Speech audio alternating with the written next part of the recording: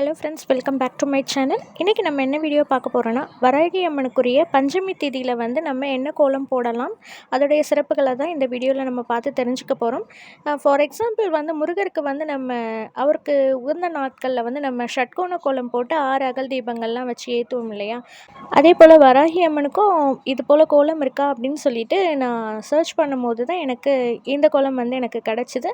இந்த கோலம் எப்படி போடுறது, இந்த கோலத்துடைய சிறப்புகள் என்ன அப்படின்றத தான் இந்த வீடியோக்குள்ளே நம்ம பார்த்து தெரிஞ்சுக்க போகிறோம். ஸோ வீடியோவை ஸ்கிப் பண்ணாமல் பாருங்கள். நீங்களும் இந்த கோலம் எப்படி போடுறதுன்னு தெரிஞ்சுக்கிட்டு உங்கள் ஃப்ரெண்ட்ஸ் அண்ட் ஃபேமிலிஸ்க்கு வந்து ஷேர் பண்ணுங்கள்.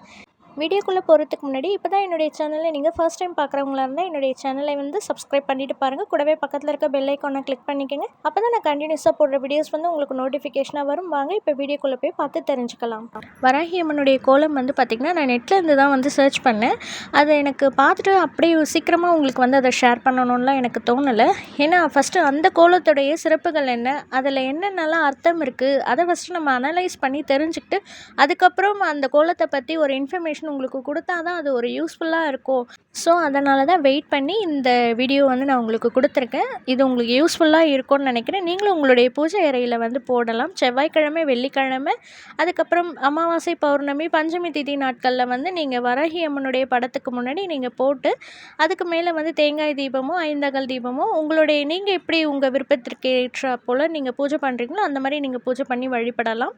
இப்போ எப்படி நம்ம முருகருக்கு வந்து ஷட்கோணம் கோலம் போடுறோம், அதே மாதிரி மகாலட்சுமி தாயாருக்கு வந்து ஐஸ்வர்ய கோலம், ஹிருதய கமல கோலம்லாம் போடுறோம் இல்லையா? லக்ஷ்மி குபேரருக்கு வந்து அந்த கட்டத்தில் ஒரு கோலம் வரும்ல, எண்கள்லாம் வரும்ல, அந்த கோலம்லாம் போடுறோம்ல. அதே போல் தான் வராகி அம்மனுக்கும் இந்த கோலம் இருக்குது. ஸோ தாராளமாக நீங்கள் வந்து இது உங்களுடைய பூஜை அறையில் போடலாம். அதுக்கு முன்னாடி இந்த கோலத்தை பற்றி நான் தெரிஞ்சுக்கிட்ட விஷயத்த நான் உங்ககிட்ட ஷேர் பண்ணிக்கிறேன், கேளுங்க. வாராகி பாமாலை எத்தனை பேர் நீங்கள் கேட்டிருப்பீங்கன்னு தெரியல. நான் ஏற்கனவே வந்து வாராகி பாமாலையை பற்றி நான் சொல்லியிருக்கேன். 32 பதிகம் இருக்கும். இதை வந்து பஞ்சமி தேதியில் வந்து நீங்கள் பாராயணம் செய்கிறது வந்து ரொம்ப சிறப்புன்னு சொல்லியிருக்கேன். எனக்கு வந்து வாராகி பாமாலை ஃபுல்லாக தெரியுன்றதுனால அந்த எழுத்துக்கள் எல்லாமே அந்த பாடலில் வரா மாதிரியே எனக்கு தெரிஞ்சுது. அப்போ தான் எனக்கு தெரிஞ்சுக்கிட்டேன் இந்த பாடலுக்கும் இந்த எழுத்துக்களுக்கும் வந்து ரிலேட்டடாக இருக்குது. அப்போ வந்து கண்டிப்பாக இதை வந்து நம்ம தெரிஞ்சுக்கணுன்றதுனால தான் நான் தெரிஞ்சுக்கிட்டதை உங்ககிட்ட நான் ஷேர் பண்ணியிருக்கேன். வாராகி பாமாலையில் வந்து 32 பதிகம் இருக்கும். அதில் 2வது பாடலில் வந்து பார்த்திங்கன்னா இந்த லைன்ஸ் வரும்.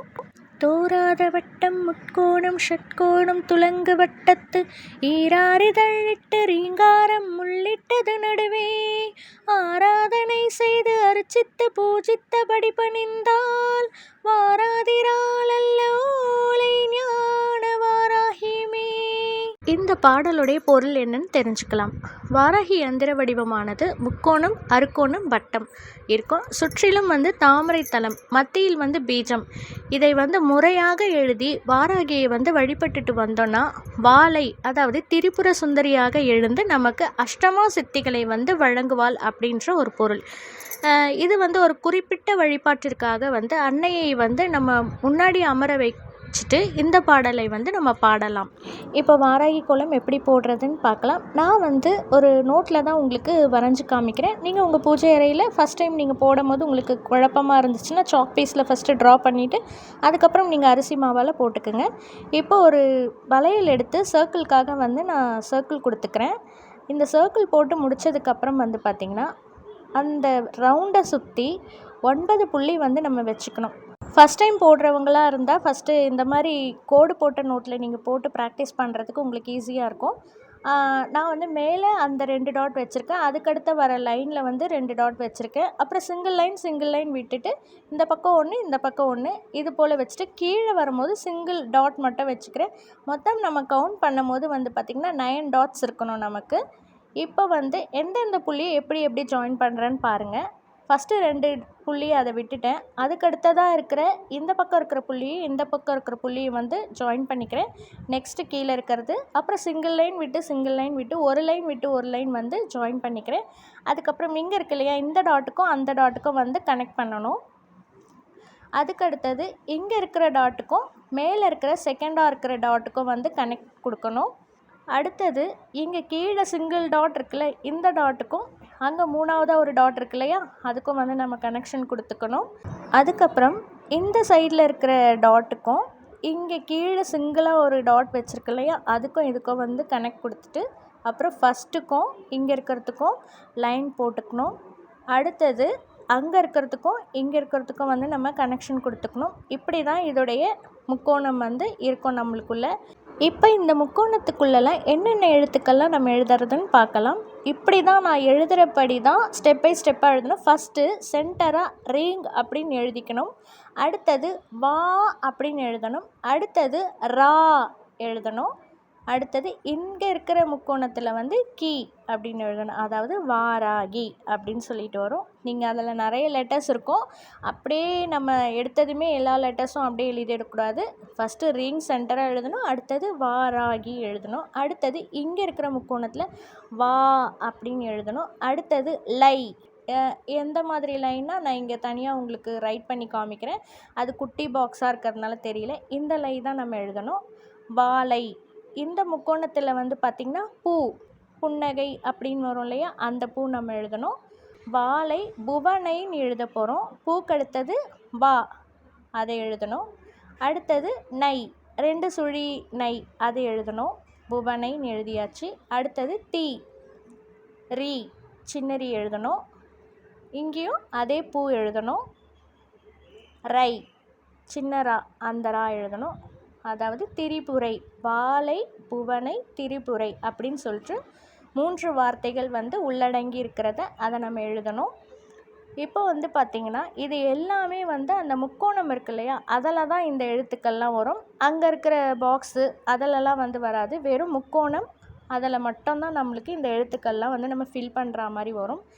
இப்போ வந்து பார்த்திங்கன்னா இந்த எழுத்துக்கள் மொத்தமே சேர்ந்தது வந்து பார்த்திங்கன்னா 12 எழுத்துக்கள். 12 எழுத்துக்கள் வந்து உயிர் எழுத்தில் 12 இருக்கு இல்லையா, அதை வந்து மீன் பண்ணுற மாதிரியும், அதுக்கப்புறம் வந்து வாராகிக்கு வந்து 12 நாமங்கள் இருக்கும். ஸோ அதை வந்து குறிக்கும் வகையில் வந்து இந்த வட்டத்துக்கு மேலே வந்து நம்ம 12 தாமரை இதழ்கள் போல் நம்ம வந்து ட்ரா பண்ணிக்கணும். இந்த 12 தாமரை இதழ்கள் நான் வரைஞ்சதுக்கப்புறம் வந்து பார்த்திங்கன்னா அந்த ஒவ்வொரு இதழ்லேயும் வந்து பார்த்திங்கன்னா நான் ஆ ஆ இ ஈ அப்படின்னு சொல்லிட்டு நான் எழுதிக்கிறேன். இப்போ நான் கோலம் வந்து கம்ப்ளீட் பண்ணி முடிச்சுட்டு கோலம் எப்படி இருக்குன்னு நான் காமிக்கிறேன். இப்போ கோலம் எப்படி போடுறதுன்னு பார்த்தாச்சு. இப்போ அதுக்குள்ளே இருக்கிற வார்த்தைகள் வந்து எதை குறிக்கிறதுன்னு பார்க்கலாம். இப்போ இங்கே வந்து சென்டராக ரீங்குன்னு இருக்குது. அதை சுற்றி வந்து வாராகி அப்படின்னு இருக்குது. அதுக்கு அடுத்தது வா, லை, பூ, ப, நை, தி, ரி, பூ, ரை. அதாவது வாலை புவனை திரிபுரை. இந்த 3 எழுத்துக்களும் எதை குறிக்குது அப்படின்றத பார்க்கலாம். இந்த வீடியோ ஸ்டார்டிங்கில் வந்து சொல்லியிருந்தேன். இந்த கோலத்துடைய அர்த்தம் வந்து பார்த்திங்கன்னா 2வது பாடலில் வாராகி பாமாலையில் இடம்பெற்றிருக்குன்னு சொல்லியிருந்தேன். அதே போல் வந்து கோலத்தில் இருக்கிற வார்த்தைகள் அனைத்துமே வந்து பார்த்திங்கன்னா வாராகி பாமாலையுடைய 8வது பாடல் அந்த பதிகத்தில் வந்து இந்த வார்த்தைகளுக்கான அர்த்தம் இருக்குது. அது என்னன்னு பார்த்து தெரிஞ்சுக்கலாம் வாங்க. வாலை புவனை திரிபுரை 3ம் இவ்வையகத்தில் காலையும் மாலையும் உச்சியும் ஆக எக்காலத்துமே ஆலயம் எய்தி வாராகி தன் பாதத்தை அன்பில் உண்ணி மாலையன் தேவர் முதலான பேர்களும் வாழ்த்துவரே. இந்த பாடலுடைய அர்த்தம் என்னன்னு பார்த்தீங்கன்னா, இந்த பாடலில் முதல் லைனில் இடம்பெற்றிருக்க வாலை புவனை திரிபுரை இந்த 3 எழுத்துக்களும் எதை குறிக்கும்னு பார்த்தீங்கன்னா, அஷ்டமா சித்திகள் வந்து 8 வகைப்படும். அதில் 3 வந்து முக்கியமானவை. அனிமா, மகிமா, லகிமா. இந்த 3 வார்த்தையும் வந்து மும்மூர்த்திகளின் சக்திகளாக விளங்குபவை. லக்ஷ்மி, சரஸ்வதி, உமாதேவியை வந்து குறிக்குது. இந்த 8வது பாடலை யாரொருவர் 3 வேளைகளிலும் காலையும் மாலையும் உச்சியில் வந்து இந்த பாடலை வந்து வாராகி தாயின் முன் அமர்ந்து இந்த பாடலை வந்து நம்ம தொடர்ந்து வந்து பாடிட்டு வரும் பொழுது மும்மூர்த்திகளின் அருளும் 30 முக்கோடி தேவர்களின் அருளும் வந்து நமக்கு பரிபூரணமாக கிடைக்குமாம். இதுவே வாராகி தேவியின் கோலத்தில் தெரிஞ்சுக்கிட்ட அர்த்தமாக நான் உங்ககிட்ட ஷேர் பண்ணியிருக்கேன். நிறைய பேர் வந்து பார்த்திங்கன்னா இன்னுமே வந்து வாராகி தேவியுடைய சிலை ஃபோட்டோஸ் வந்து வீட்டில் வச்சு வழிபடுறதுக்கு ரொம்ப பயப்படுறாங்க. ஸோ அந்த மாதிரி பயப்படுறவங்க வந்து பயப்படவே தேவையில்லை. அவங்களும் வந்து நம்ம லக்ஷ்மி, சரஸ்வதி, விநாயகர், முருகர் அந்த மாதிரி ஒரு தெய்வம் தான். அவங்க பார்க்குறதுக்கு தான் வந்து தோற்றத்தில் உக்கிரமாக இருப்பாங்க. மற்றபடி அவங்க ரொம்ப சாந்தமான தெய்வம். ஸோ நீங்கள் தாராளமாக வாராகி அம்மாவை வந்து நீங்கள் வழிபாடு செய்யலாம். நான் ஒரு 2 இயர்ஸ் மேலேயே வந்து நான் வாராகி தேவியை வந்து வழிபட்டுட்ருக்கேன்.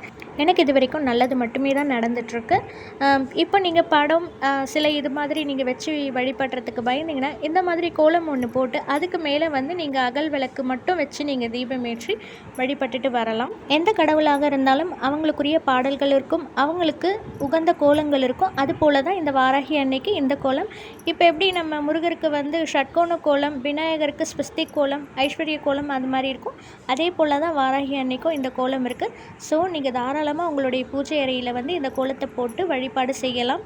இந்த வீடியோவில் உங்களுக்கு ஒரு நல்ல இன்ஃபர்மேஷன் நான் கொடுத்துருக்கேன்னு நினைக்கிறேன். இந்த வீடியோ உங்களுக்கு பிடிச்சிருந்ததுன்னா லைக் பண்ணுங்கள், ஷேர் பண்ணுங்கள், உங்கள் ஃப்ரெண்ட்ஸ் அண்ட் ஃபேமிலிஸ்க்கு ஷேர் பண்ணி சப்போர்ட் பண்ணுங்கள். நெக்ஸ்ட் வீடியோவில் மீட் பண்ணுவோம்.